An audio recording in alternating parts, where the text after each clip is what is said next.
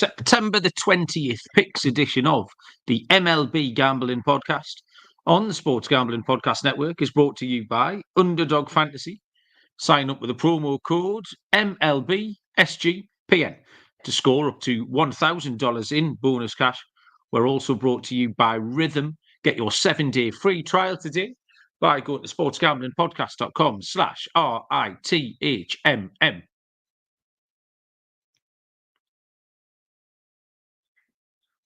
Welcome, everybody, to the MLB Gambling Podcast on the Sports Gambling Podcast Network. My name is Malcolm Bamford, coming to you from Newcastle upon Tyne in the northeast of England. Today is Thursday, the 19th of September. We are here to handicap the main action across MLB for Friday the 20th. Joining me from somewhere in New York is Mr. Scott Reichel. Scott, good evening. How are you? Yeah, doing pretty well. I didn't have the best day today on the pitch for the Champions League, but it is what it is. Unfortunately, I had Feyenoord and Leverkusen, both teams to score, and the over 2.5, and they 2 goals disallowed for offsides. As they lost 4-0. So it is what it is. Point is, pretty entertaining games today. Nothing insanely crazy, but yeah, the Monaco match was fun. I saw Arsenal tied after saving a pen, and Madrid scored late as they won 2-1.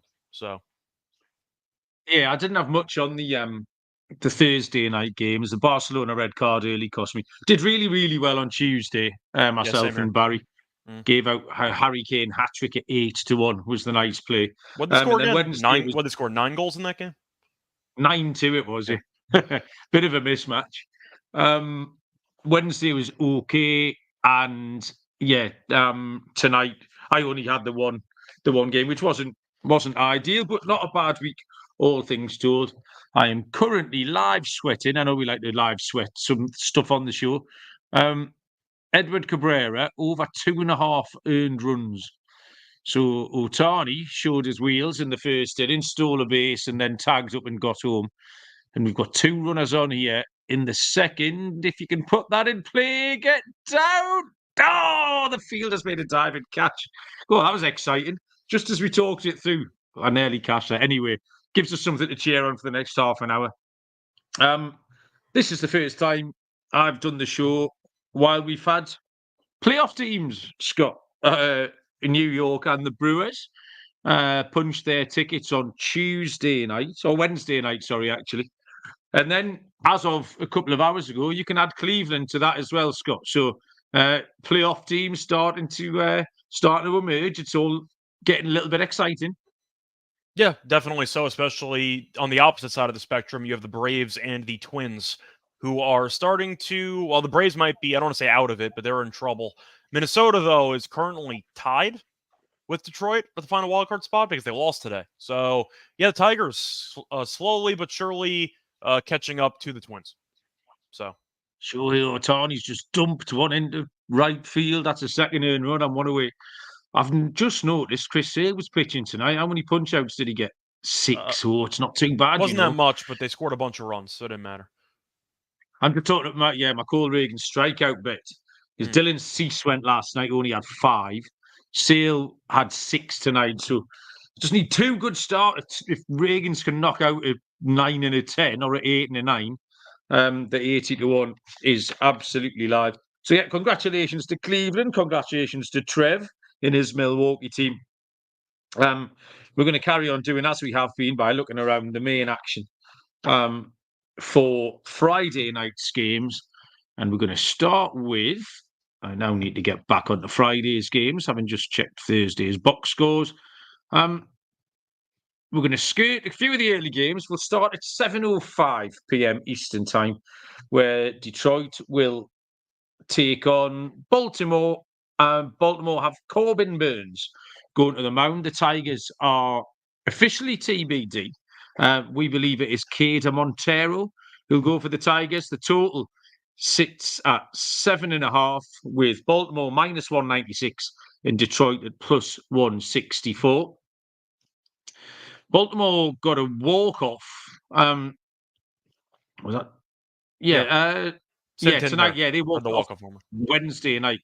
I tell you, Thursday night, sorry, they very much needed that, by the way, Scott. Baltimore have just been letting in water at the moment. Really got onto our radars. It's kind of a team to fade here. In Detroit, exact opposite.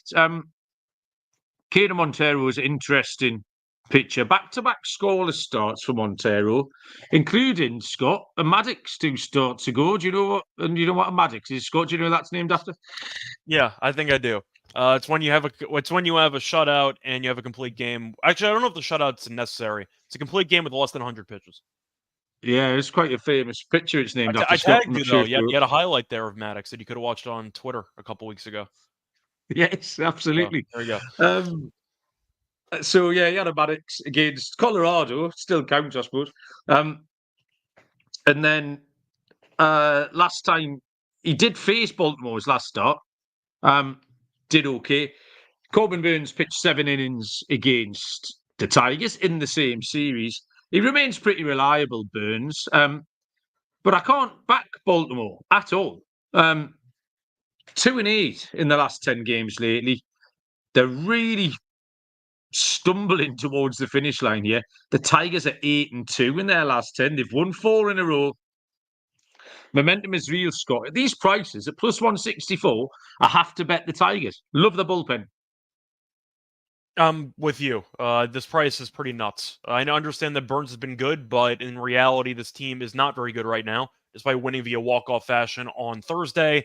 Give me the Tigers. I like the under in the game, though. Baltimore can't hit. Okay. So I think you'll see a low-scoring game here. Both pitchers have been going well lately, but I have to go with the Tigers for value. This price is massive. There's no way I can lay roughly 200 with Baltimore based on the current form. So I'll go with the Tigers, and I'll go with the under. I absolutely think this time of the season is really when very often we start with the pitchers. When I'm starting to handicap a game, I shouldn't say we, when I mean you'll start with the starting pitchers. This time of the season, I'm quite happy to start with the teams. What have they got to play for? What sort of form are they in? And because the teams at the minute you don't really want. I know the Braves got a good win, but you don't want the Braves. You don't want the Twins at all. And then there's teams like the Tigers and the Mets that you see their name and you just instantly want to get behind. And I think this is one of those situations. Our network here continues to wage war against corporate gambling.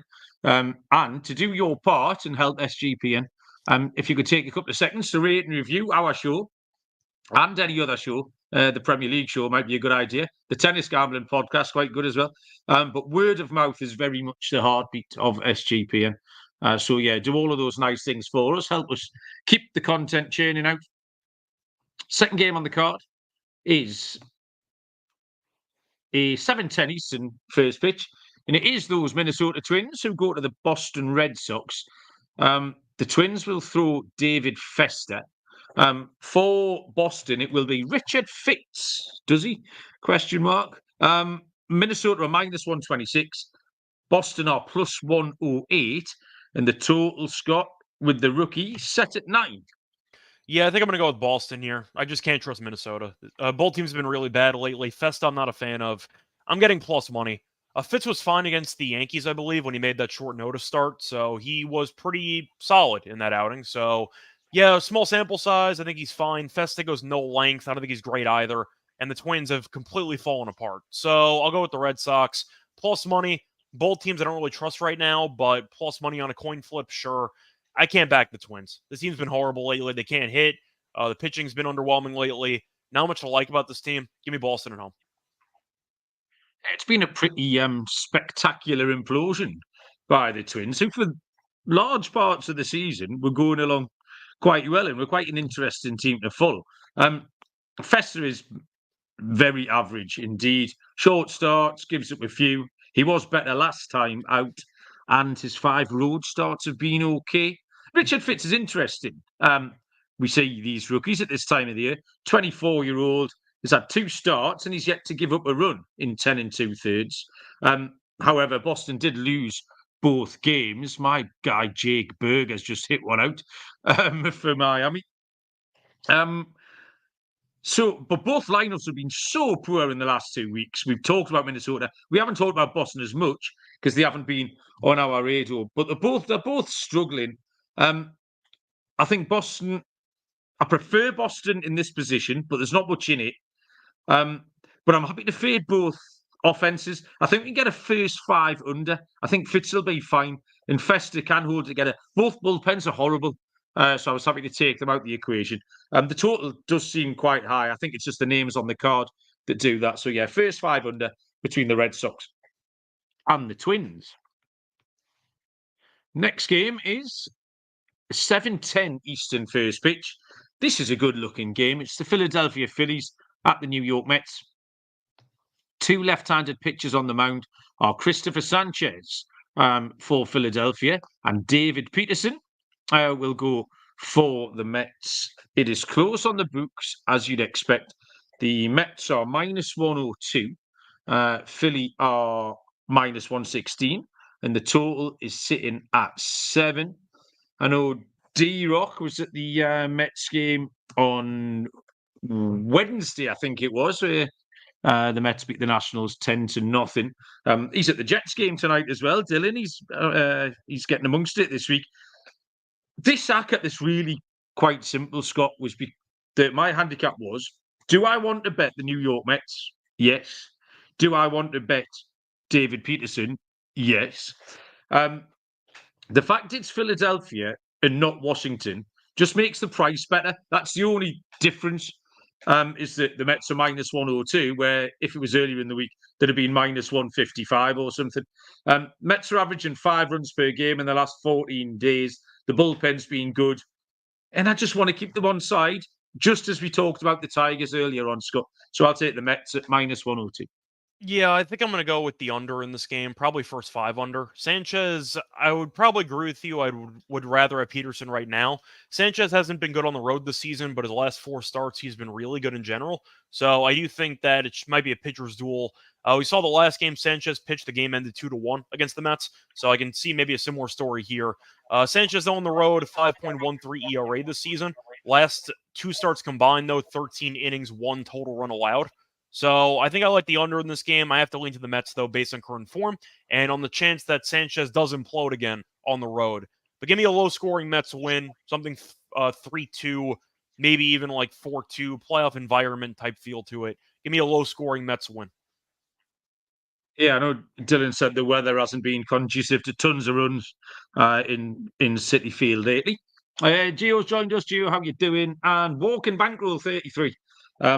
He says he's a regular listener, but this is his first time joining us live. So welcome along. If there's anything you fancy, any picks or stats or whatever, by all means, throw them in the chat. Happy to get a bit of advice to help me along. Underdog Fantasy Pick'em is always adding to their awesome menu. They know our first touchdown projections, loads of ways to win with NFL, college football, MLB, MMA. The lobby is jam-packed with profit boosts and no sweat entries. You can use specials and boosts on all your flexed entries. Use our code MLB SGPN to claim your special pick and first-time deposit offer up to $1,000 in bonus cash. UnderdogFantasy.com, promo code MLB SGPN. Scott, what is the one over, under, high or lower that we need tonight for the Jets Patriots? Oh, you're putting me on the spot. We're doing this again? Okay, cool. I'm doing this again. Trying to think of what I want to go with for this one. You know what? We'll go with all right. We'll go with Aaron Rodgers. We'll go with his lower passing yards. Okay. Nice. Yeah, I haven't seen enough of the Jets yet this year. I look forward to catching up with that game in the morning, see how we go. I was considering Hunter Henry receiving yards or maybe receptions. Did you say you like that? No, I don't mind it. I saw the Jets' main coverage linebacker might not be playing, so that could be a good angle for him. Okay. I've got him hovering on the bench in a couple of teams. I might promote him in the next couple of hours. We will move on to a 7:10 Eastern first pitch between the Atlanta Braves and the Miami Marlins. It is Charlie Morton for the Braves. It is Valente Balozzo for the Marlins. The Braves are -186. Miami +156. Total is 8.5. Scott, I found this really tricky to find a bet. Yeah, Morton has been going through the numbers recently good. He has allowed less than 3 runs in 3 straight. So he has been pitching pretty well. The Braves, though, we can't really trust. Did look good, though, in the game on Wednesday and Thursday, as they scored a bunch of runs. Miami is in the middle of losing to the Dodgers. We'll see how they do, but Morton has been fine. The issue is he has been a lot worse on the road than at home, so that can be a bit of a concern. But he has faced off against the Marlins 2 times this season, 11 and 2/3 innings, a 4.63 ERA. So not exactly great numbers for Morton. However, you're looking at his pitching for Miami, and Melozzo's been fine, a 3.7 ERA, but I don't think it's anything amazing. Last 2 starts, 10 and 2/3, 6 runs allowed. So nothing that's really, I'd say, impressive. But he has been worse at home. I don't believe he's faced off against the Braves 1 time, 5 innings, 2 runs. So I think I'll lean Braves -1.5. But I'm probably not going to bet this. I can't trust the Braves enough. But the Marlins are so bad pitching wise at home. The bullpen's terrible. And Atlanta's offense might be waking up just in time to at least make it interesting in the last couple weeks for the wild card. I'll take Braves -1.5, but I'm probably not going to bet this. Yeah, I ended up taking the over 8.5 just because we've talked about Miami being an over team. Miami, particularly at home, being an over team, quite surprisingly as it happens. Am I looking at as a home dog 31 and 6 to the overs? Holy shit, that's bigger than I thought. I was originally looking at these stats up 59 and 35 to the over against righties, but as a home dog 31 6 and 2 to the overs. That's quite incredible. So that's where I ended up. In fact, I made the pick before I saw that final stat. Morton's been really good lately. The thing is, the pitching here kind of draws you in towards the under, but then that one big sack. And I'm watching Miami now. They're putting back to ball. The offense hasn't been terrible. Morton's only given up 4 runs in his last 3. That's a September ERA of 2.04. The Atlanta win-loss record's not very reliable behind him because Atlanta haven't been very reliable. We know that. Bellozzo, not bad. What got me about Bellozzo was he hasn't faced much opposition. Gio in the chat's just talking about a few teams who are phoning it in. Bellozzo's faced Washington twice, Pittsburgh and Colorado in his last 4 starts. So this might be a different kettle of fish here against the Braves. So yeah, we'll stick with the strong trends and we'll take the over 8.5. I'm sorry, a different what of fish? A kettle of fish. Kettle of fish? Kettle, yeah. I've never heard that in my life. Is that a British phrase? Does that not translate? I don't know that one. No. I wasn't sure if you said kettle or cattle. And now I'm like, you mean kettle corn? Like, what are we talking about right now? I never heard that phrase in my life. You're so long now that I don't have many new phrases. For the first year, all everyone did was laugh at nearly everything I said. But I think I've been on so long, either I've accustomed to you or you've accustomed to me. So yeah, kettle of fish. Yeah, I don't know that one. So, right, we're going to go into this now. So I can visualize what you're talking about, but I've never heard it being called that before. I don't think it's a kettle, like a tea kettle, though. Yeah. Do you know, like a fish? Do you have what you would cook a fish in? If you've got a great big fish, like a 6-foot long fish, and you would cook it, do you have a long, thin pot called a fish kettle? It's possible, but I've never heard the term before. So, oh man, get in the chat if you've heard of a fish kettle.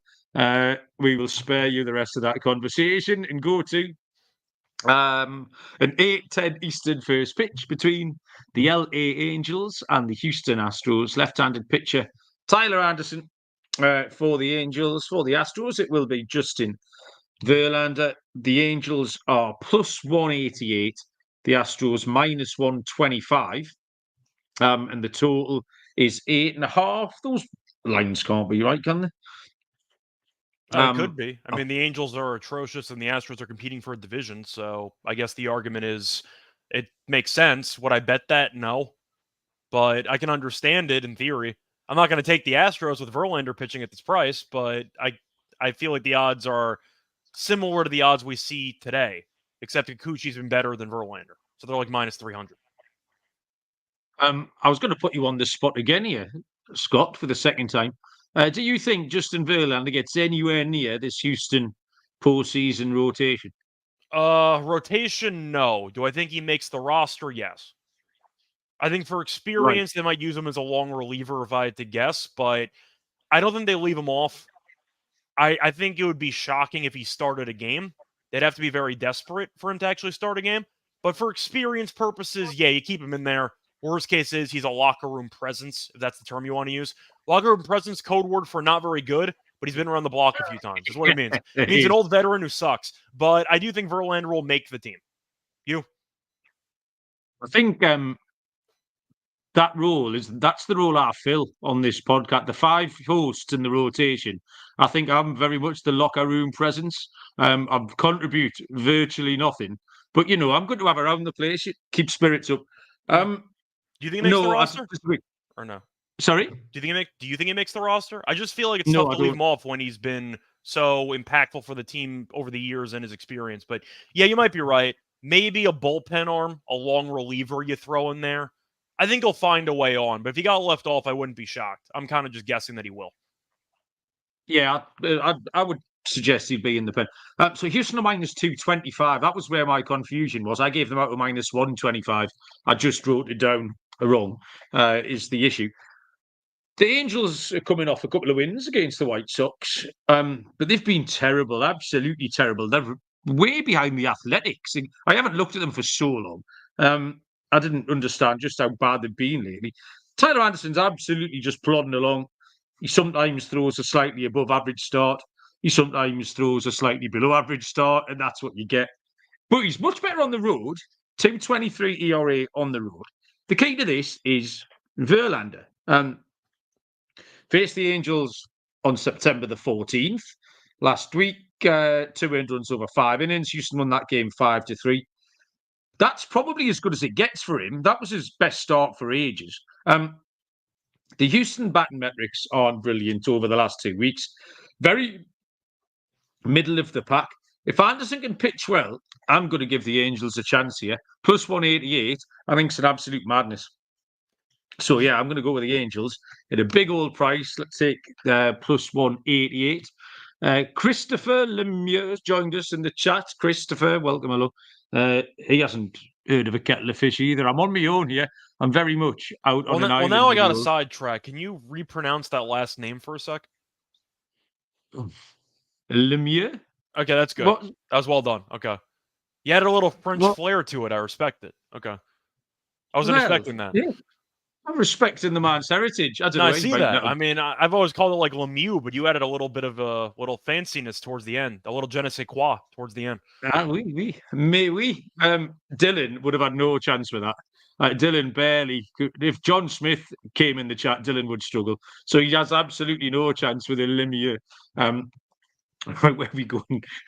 I like the Angels team total over in this game. I'll go there. All right, sorry, I forgot to ask you about that one. I feel like the Astros should win because the Angels are terrible, but I can't trust Verlander at this price. Now, you could argue maybe first 5 if you do trust Anderson to actually perform well. He's been hit or miss, and I know Altuve is actually not playing today. I'm assuming he'll be back in the lineup tomorrow, but we'll see what happens there. But I think I prefer the team total over in the first 5. Even with Verlander pitching well, he still gave up 2 runs in the first 5. You probably can get a team total in the first 5 of 1.5. So, sure, Verlander went well, and he still went over. So, give me the Angels' first 5 team total over. Houston, I watched Houston last night, and they let me down. Cease killed them last night. Cease was so good last night. Vulnerable. And absolutely wasn't. 3 hit them, I think, something like that. 4 hits by the time I eventually dozed off to sleep at about 3 a.m. There were about 3 hits in. Next up is an 8:10 Eastern first pitch between the San Francisco Giants and the Kansas City Royals. We have Mason Black for the Giants, and it is Michael Wacha who goes for Kansas City. Plus 138 the Giants, minus 164 Kansas City. Total, Scott, of 8.5. Yeah, so I think I have to go with the Royals minus 1.5 here. Black has really done nothing this season. 28 innings, a 7.07 ERA. He was fine last outing, kinda. 4 innings, 2 runs, so basically no length. And they did lose the game 8-0 anyway. But Walker's been good, as well as just being good at home. We know the Royals offensively are better by a wide margin at home than on the road. Giants, though, have been underwhelming. They've lost 5 of 7. Give me the Royals minus 1.5. Yeah, I got the same pick, mate. On quite a short handicap, actually. Talk about the Royals have not had a good week, by the way. The Tigers have picked them off this week. Absolutely dropped the ball, Kansas City. But I don't think you could ask for much of a better spot to get themselves back on track here. 6 starts for the Giants, for Black, 7.07 ERA. Pretty hittable. 164 whip will tell you where his issues lie. And Wacker continues to be excellent. 13 home starts, 2.87 ERA. That's how far apart the pitchers and the teams are. Kansas City run lines, plus 130 is quite a tidy little price. Dodgers have got 2 ducks on the pond here with only 1 out. I am 1 run away from a little winner. Come on, who's batting? Max Muncy, he can do it. 8:10 Eastern first pitch between the Arizona Diamondbacks and the Milwaukee Brewers. It is Zach Gallen for the D-backs. It is, right, I'd handicapped Aaron Savali, but I now believe it to be Colin Rea. I think Savali's pitching today, and Rhea's pitching. Oh, okay. Actually, I'm not sure about that because Myers was supposed to go today. I'm actually not sure. But I see Rea pitching. For the Brewers. I've got the odds, plus 116. The Brewers with the Diamondbacks at minus 136 and a total of 8.5. So, yeah, we name-checked Colin Rea on Tuesday night, myself and Dylan, because he picked up a save, of all things. It was a 8-out save, so he didn't just come in. He didn't come in the closer role, but pitched 2 2/3 against the Phillies. So maybe, I mean, when he starts, he only goes kind of 4 innings anyway. So I imagine that's what we'll get from him tomorrow. We'll get 12 out. He'd been all right. The Giants blew him up on September the 11th for 10 earned runs. But other than that, I feel like I've backed him a few times this year, and he's been perfectly serviceable here. No real issues with his splits. He's good at all. But I mean, part of the issue is, and again, Scott, I'm going to put you on the spot. What's the situation with teams who've clinched? How do you fade them for a day or two? Will they just keep on rolling to try and maintain form? Do they phone it in for a week? Is it different team by team? What are we expecting? Yeah, so my usual view is to just fade them the game after the champagne ceremony. So if you wanted to fade the Yankees today, for example, it was a decent spot because they ended up breaking out the champagne. So they were down 3-0. Now it's 3-2, but they were an option. Milwaukee was in a weird spot because they won the division without actually playing, and then they had a game later that day. So I'm assuming they drank a lot going into the game tonight, which is why I was interested in maybe taking Arizona for Thursday. I think they'll be back on track on this one. The problem is I don't want Rea because he has not been very good, and he didn't start last outing. He was fine out of the bullpen, but he has been struggling. He goes no length, basically, and the one thing I do like about him a lot for props, he doesn't walk anybody. So give me Rea under 1.5 walks. Edward Cabrera throws one more ball. You've cashed my bet here. Bases loaded. 3-0. I took the Diamondbacks as well. I haven't wanted to get in front of the Brewers lately, but Gallen's been pitching well enough. 3-game winning sequence, including 2 scoreless starts. Really consistent with his strikeouts. Minimum 7 strikeouts Gallen's been throwing. He did pitch in that mad 11-10 defeat last week against the Brewers that we talked about. And I'm just happy for... Oh, that's a ball. Yes, I'm a winner, Scott. Get in the queue. I'm happy to take Arizona in this spot. Take the Brewers a day or two to regain their focus. So give me the Diamondbacks here at a price of minus 136. We'll move on once I tell you first about BetUS. BetUS is the best in the business, been around for more than 30 years, available in tons of locations, including internationally. BetUS launched an all-new live betting experience. You can deposit using crypto, get lightning fast payouts as well. If you use our link to sign up, you'll get 125% deposit bonus on your first 3 deposits, which is a quite incredible offer. So go to sportsgamblingpodcast.com/betus. That's sportsgamblingpodcast.com/betus.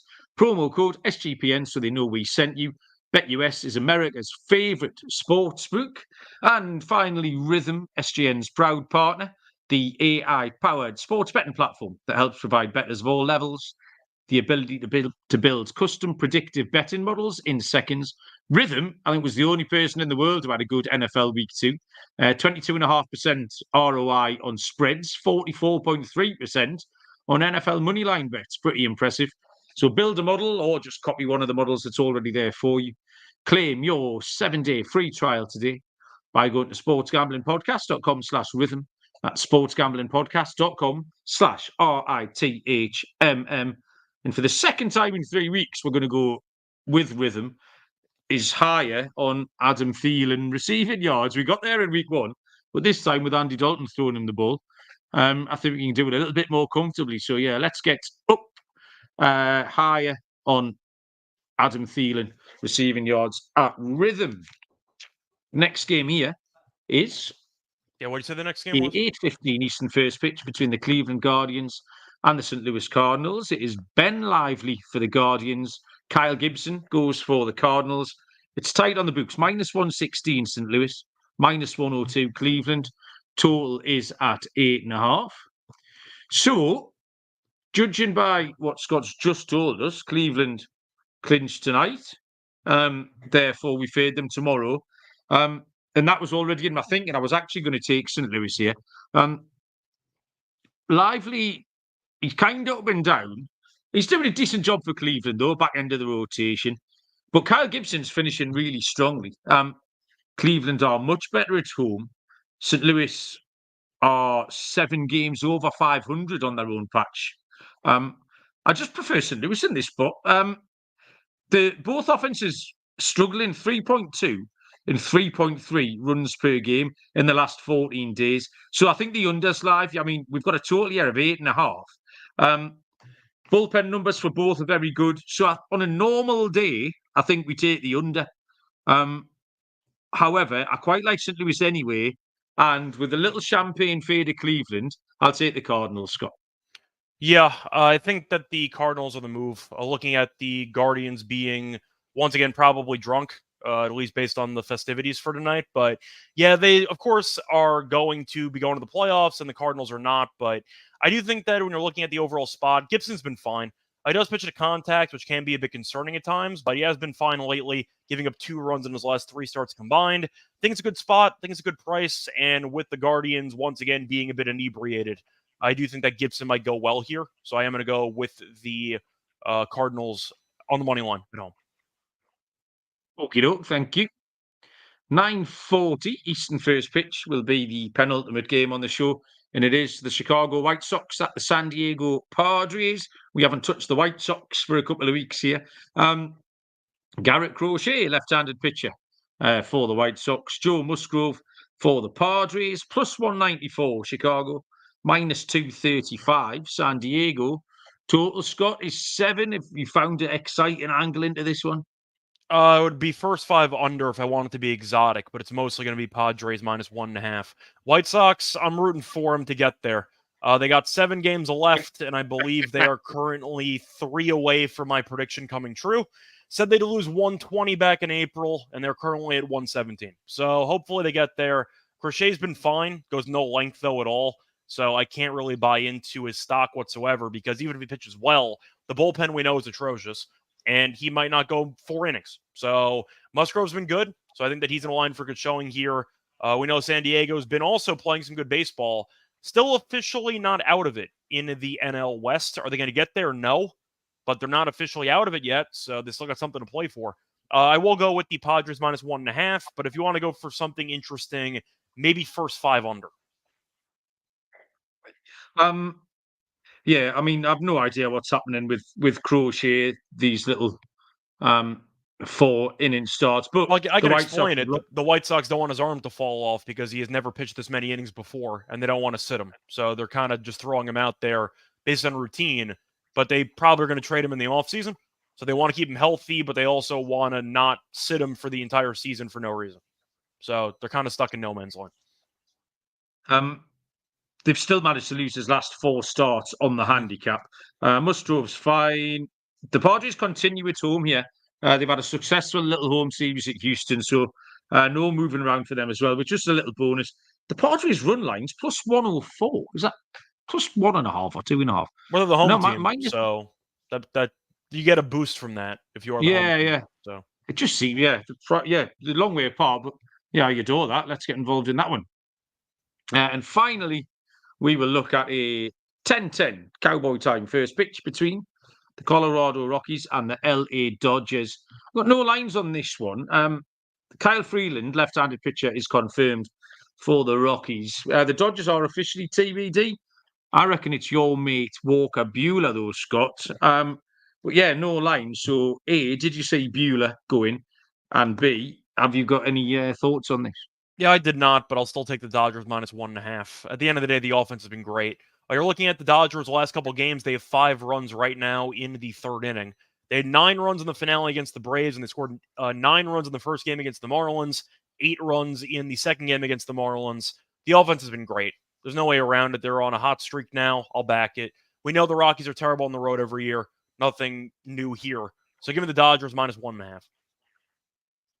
Okay, I'm going to zag a little bit here because although I haven't seen a line, I was going to take an under because I thought the bookies would just look at the two names, Freeland and Buehler. You've had Buehler in auto feed, and I just thought they would hang a lazy number up there. I thought you could see a 9 or a 9.5. And obviously you factor in the Dodgers offense, and I think Freeland's been all right. Colorado have actually won his last 2 starts. Now his road numbers on the face of it don't look good, but he's really got it together lately. His last 4 starts on the road, he's only given up 4 earned runs, faced some decent opposition as well. And Walker Buehler hasn't been as bad lately. He had a good start against the Braves last time out. The Colorado pen isn't too bad. So, like I say, I think the books might have just looked at this and hang a lazy 9 and 9.5. And we can get the under. So I'm going to take an under. Bit of a risk in that last one. Under in the Rockies at the Dodgers. Scott, we've handicapped everything we are going to handicap. Did you have anything around the rest of the card? We haven't looked at the Yankees with Garrett Cole going against Oakland. I'm The games trying to think if but there's anything else I'm tempted by. Let me just quickly see if I can find what the price is on the Yankees. It'd be run line or nothing, but Oakland's been good at home, and Cole did get shelled by Boston last time out. So probably not. Just looking around quickly. Seattle and Texas have no pitchers, so no. Probably would lean to Martinez against Pittsburgh tomorrow. Martinez has been good. Yeah, so he just jumped out at me. Nick Martinez has been pitching really, really well. Minus 120, the Reds against Pittsburgh. I don't really care who Pittsburgh throws. It's not going to be Skeens, at which point. I think minus 120 for the Reds with Martinez represents value, Scott. Yep. Okay, lock and dog then. Hit me. All right. So for the lock and dog, what I want to go with for my lock here. Thought about the Angels' first 5 team total over actually, but let me just quickly see if I could find some other totals to work with here. Yeah, I'm gonna go with the Tigers and Orioles game. I'll go with the under 7.5. I think Burns is going to pitch well. He's been pitching well lately. We know Baltimore has not been hitting lately either, so I think you can see a lower scoring game. We mentioned before that we think Montero is going to be going for Detroit in this one, and he has been good lately. So both pitchers have been solid. Montero's given up no runs in 2 straight starts. I think you're looking at a low-scoring rock fight. Give me the under 7.5 as my lock there. For my dog, probably going to go on a run line of some kind. What do I want to go with for this one? I know what you want to go with. I thought of maybe going Padres, but no. That's plus 104. That's a little bit of a baby dog. I think I am going to go. It's probably the Royals. I want to pick something else, but probably the Royals. Yeah. You know what? Yeah, I'll do it. Give me the Royals minus 1.5 at like plus 130. They're better at home. Walker's been good. Black's been terrible. Simple as that. Give me the Royals minus 1.5 at plus 130. Yeah, I agree with that. That would have been my pick. I'm going to take, is my look, I'm going to take the Cardinals. I like the home form. Gibson's been pitching well. Lively's a little bit up and down. And we've got the champagne fade of Cleveland as well. So St. Louis at minus 116. And I've got 2 money line dogs here. I can take the Tigers. It makes more sense. In fact, the more if you say it out loud, it's obvious. I say I can take the Tigers or I can take the Angels. And when you say it out loud, you realise how foolish you sound. So I'll take the Tigers. at plus 164. They've been a train. Baltimore a little bit ropey. Great price. Great price. Corbin Burns being the fly in the ointment, but Detroit at plus 164. And finally, I hit one the other night, Scott, Tuesday, last time I did the show. Munaf had to remind me to take Jake Berger in a great price underdog win for Miami. So dingers. Scott, who's hitting one out? All right. So trying to look around the actual league to see who I like. Unfortunately, I gave out Naylor, and then he homered about 2 hours later, which is not what I wanted. Did not homer today, so it's one of those. Who do I want to go with? As I didn't see many pitchers that I wanted to just straight up outright fade. Black is one of them, but I want to see if he's actually been allowing a lot of home runs. He has. Black's allowed at least one home run in every outing this season. In fact, he's allowed exactly one home run in every outing this season. So I got to pick the right guy. For this one, looking at he's been terrible against righties. So it's either going to be Witt or Perez because it's kind of the auto option if you're going to go with Kansas City. So I think I am going to go with Salvador Perez in this one. Looking at the numbers recently, he had 2 hits on Wednesday. He has had at least 1 hit in 4 straight. Seen the ball well. I think that he's in line to maybe hit a bomb here. Going to fade Black, though. He's been terrible. And we know Perez has been very solid. And you're looking at his home road splits for Perez. He has had 27 home runs this season, and a grand total of 12 of them have been at home. So he's actually split it pretty evenly. But I think he's in line for a good showing here. Give me Black to struggle. Give me Perez. I tell you, he's given up a ton of home runs, multi-home run games as well.